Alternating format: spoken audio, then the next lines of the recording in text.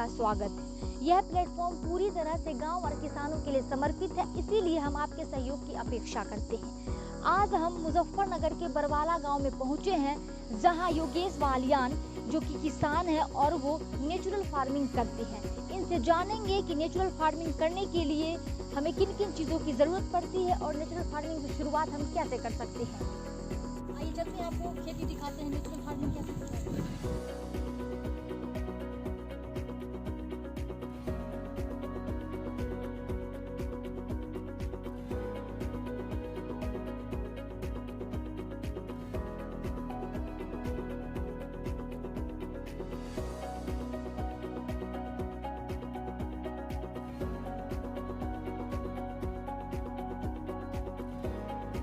नमस्कार, मेरा गांव मेरा देश के डिजिटल प्लेटफॉर्म पर आप सभी का स्वागत है और मैं हूं आपके साथ शारदा सिंह। आज मैं बात करूंगी ऑर्गेनिक फार्मिंग। इसकी सारी जानकारी देने के लिए हमारे पास मौजूद है योगेश बालियान जी, जो कि नेचुरल फार्मिंग करते हैं। तो आइए इनसे जानते हैं पूरी जानकारी। सर, आपका बहुत बहुत धन्यवाद हमारे इस प्लेटफॉर्म से जुड़ने के लिए और हमारे किसान भाइयों को बताने के लिए कि नेचुरल खेती की शुरुआत कैसे करें। तो हम आपसे ये जानना चाहेंगे कि नेचुरल खेती यानी ऑर्गेनिक फार्मिंग की शुरुआत हम कैसे करें और शुरुआत करने के समय हमें किस किस चीज़ों की ज़रूरत पड़ती है। योगेश बालियान, ग्राम बरवाला, जिला मुजफ्फरनगर, उत्तर प्रदेश का रहने वाला हूँ। मैं पिछले 5 वर्षों से नेचुरल फार्मिंग शुरुआत करने के लिए सबसे पहला कार्य होता है कि हमें कोई भी कीटनाशक और रासायनिक उर्वरक डालना खेत में बंद कर देते हैं। पहले साल से एकदम हमें सब कुछ बंद करना है। कीटनाशक भी, इंसेक्टिसाइड भी, पेस्टिसाइड भी और रासायनिक उर्वरक बंद कर देते हैं और केवल नेचुरल उर्वरक या जैविक उत्पाद या जैविक खाद वगैरह हम डालना शुरू कर देते हैं। नेचुरल फार्मिंग में सबसे पहले हम जीवामृत एक मुख्य अवयव है प्राकृतिक खेती का, तो उसकी शुरुआत सबसे पहले करनी होती है। जीवामृत के लिए हम एक 200 लीटर के टैंक में देसी गाय का 10 किलो गोबर, 10 लीटर गोमूत्र, 2 किलो किसी भी दाल का आटा, चना, अरहर, मसूर और 2 किलो गुड़,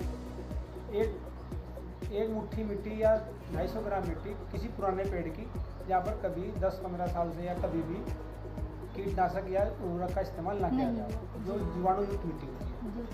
उसमें फिर हम 200 लीटर के ड्रम में सब डाल करके पानी से भर लेते हैं और 5 मिनट सुबह शाम क्लॉकवाइज डंडे की सहायता से घुमाते हैं। उसके बाद ये 5 से 7 दिन में खाद तैयार हो जाती है। इसको बोलते हैं जीवामृत। ये एक तरह का कल्चर होता है और ये इसमें बहुत तरह के बैक्टीरिया होते हैं जो भूमि को भुरभुरी अच्छी उसकी दशा सुधार देते हैं। जो रासायनिक खादों के डालने से हमारी भूमि खराब हो चुकी है, भूमि बढ़ चुकी है, बैक्टीरिया की संख्या बहुत कम हो चुकी है, तो ये सबसे महत्वपूर्ण अवयव है। तो ये सबसे पहले हम इसका इस्तेमाल करते हैं और ये 5 बीघे यानी कि 1 एकड़ के लिए 200 लीटर पर्याप्त होता है। इसको हम प्रत्येक सिंचाई पर पानी के साथ चलाएंगे, इसमें टोटी लगा देंगे और पानी के साथ खाल में या ड्रिप सिंचाई या ड्रिप के साथ जोड़ करके जैसे भी हम सिंचाई करना चाहते हैं इस पैटर्न से, उससे वो खेत को दे सकते हैं। हर सिंचाई पे हमें देना होता है। उसके बाद 4-5 दिन में तैयार हो जाता है दोबारा से। तो उसके लिए हम इसको 10% का स्प्रे करेंगे। तो कोई सी भी फसल हो, इसको हम पर सिंचाई और पर स्प्रे करेंगे, कोई भी फसल इससे तैयार हो जाएगी। 3 महीने की हो, 6 महीने की हो, 1 वर्षीय हो, 2 वर्षीय हो, तो ये सबसे ज़रूरी होता है। एक होता है बीजामृत, बीज को शुद्ध करने के लिए, बीज को फंगस से रहित या रोग रहित या कीट रहित करने के लिए। उसके लिए हम 5 किलो गोबर, 5 किलो गोमूत्र, 20 लीटर पानी और 250 ग्राम चूना, ये चूना होता है, उसको हम एक 20 लीटर के बाल्टी में या ड्रम में लेकर के 48 घंटे के लिए रख देते हैं। बीजामृत तैयार हो जाता है। कोई भी बीज हम बोएंगे तो उसमें हम उसको बीज उपचारित कर देंगे, तो उसमें बहुत सारी बीमारियां नहीं आएंगी, कीटनाशक नहीं आएंगे। और सबसे बड़ी बात की एक भ्रम रहता है आम किसान में कि अब नेचुरल फार्मिंग करेंगे तो उत्पादन घट जाएगा और खेती नहीं होगी, बिना दवाई के तो खेती संभव ही नहीं है, क्योंकि हर किसान वही कर रहा है। लेकिन जैसे हम यूरिया और कीटनाशक डालना बंद कर देते हैं तो 80% कीड़े और कीट और रोग आना बंद हो जाता है। सबसे ज़्यादा रोग यूरिया की वजह से आता है। यूरिया जो डालते ही पौधे में या फसलों में बोटनिकल ग्रोथ बहुत ज़्यादा होती है। जैसे हम यूरिया डालना बंद करते हैं तो उसकी ग्रोथ जो होती है नेचुरल होती है, उसमें टाइट और ठोसपन आ जाता है फसल में, तो कीड़े उसको खा नहीं पाते। और उसका ये है कि 80% हमारे कीड़े मकोड़े यूरिया और दवाई न डालने के कारण ही बंद हो जाते हैं। लेकिन हम आपसे ये जानना चाहेंगे, जहां अभी एक ऐसा दौर चल रहा है कि किसान चाहते हैं कि जल्द हम सफल बोए और जल्दी से उत्पाद करके उसे मार्केट में बेचे ताकि हमें ज़्यादा इनकम हो, लेकिन इस स्थिति में आप नेचुरल खेती करने के बारे में कब सोचे?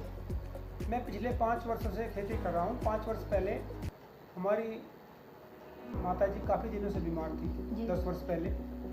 तो उनको एक माइंड की एक बीमारी होती है, सेल्स डैमेज हो रही है। जी जी। वैसे तो 40 साल के बाद माइंड की सेल्स डैमेज होना शुरू हो जाती है, लेकिन मुझे डॉक्टर ने बताया कि डॉक्टर हमारे मेरे घर बैठते हैं, माइंड के न्यूरोलॉजिस्ट, उन्होंने बताया कि जो बीमारी इनको हुई है ये कीटनाशक ये खाद वगैरह की वजह से हुई है। तो जब मैंने फिर शुरुआत की 5 साल पहले 7 साल पहले कि मुझे ऑर्गेनिक फार्मिंग करनी है या नेचुरल फार्मिंग करनी है, तो उसके लिए देसी गाय की आवश्यकता पड़ी।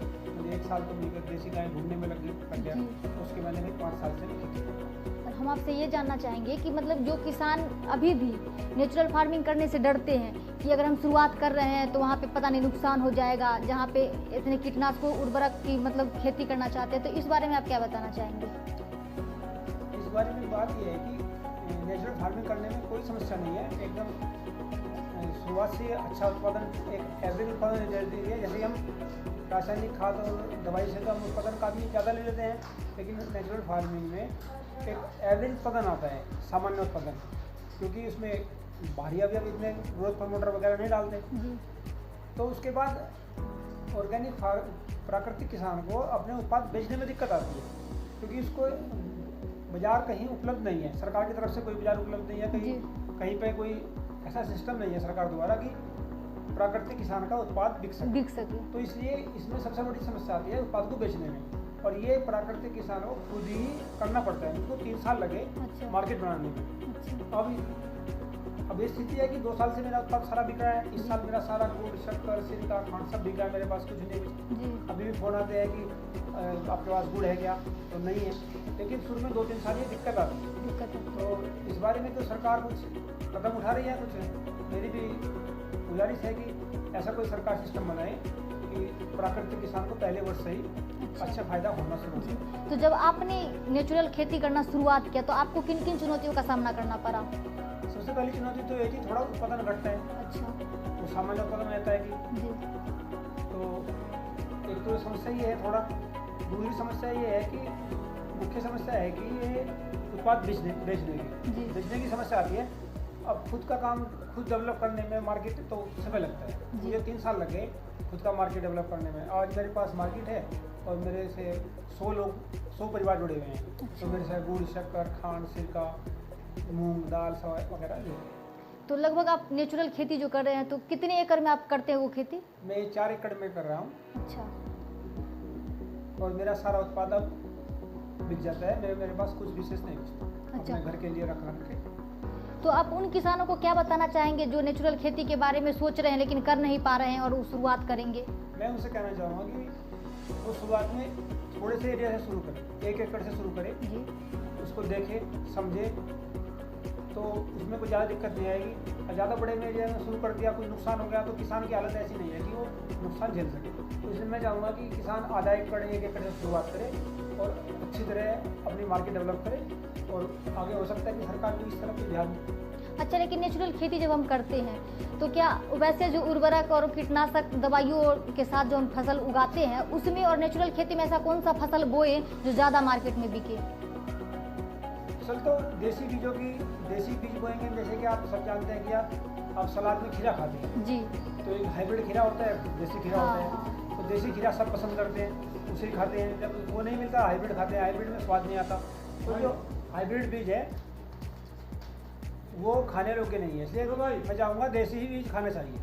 अच्छा, तो अब आप हमको ये बताइए कि नेचुरल खाद आप किस तरीके से बनाते हैं? नेचुरल खाद वो जीवामृत है, उसके बाद एक घन जीवामृत होता है। अच्छा। उसमें गोबर ले लिया हमने 1 कुंटल जी। उसमें 5 लीटर गोमूत्र ले लिया, 1 किलो गुड़, 1 किलो बेसन ले लिया, उसको ढक करके रख दिया। 3-4 दिन बाद उसको मिक्स कर दिया तो जीवामृत बनकर तैयार हो जाता है। 1 महीने में तैयार कर दिया। 2 दिन बाद बीच बीच में पानी छिड़क के नमी बनाए रखे और उसको तैयार कर लेते हैं। तो नेचुरल खेती में जो भी फसल आप उगाते हैं अपने द्वारा बनाए गए खाद यानी नेचुरल खाद से ही आप बनाते हैं उसे? हम जो भी फसल करते हैं हम घर का ही इस्तेमाल करते हैं, कोई भी हम बाजार से बाहरी तत्व नहीं खरीदते। और कीड़े मकोड़े या कीटनाशकों के लिए हम 10 अर्क बनाते हैं।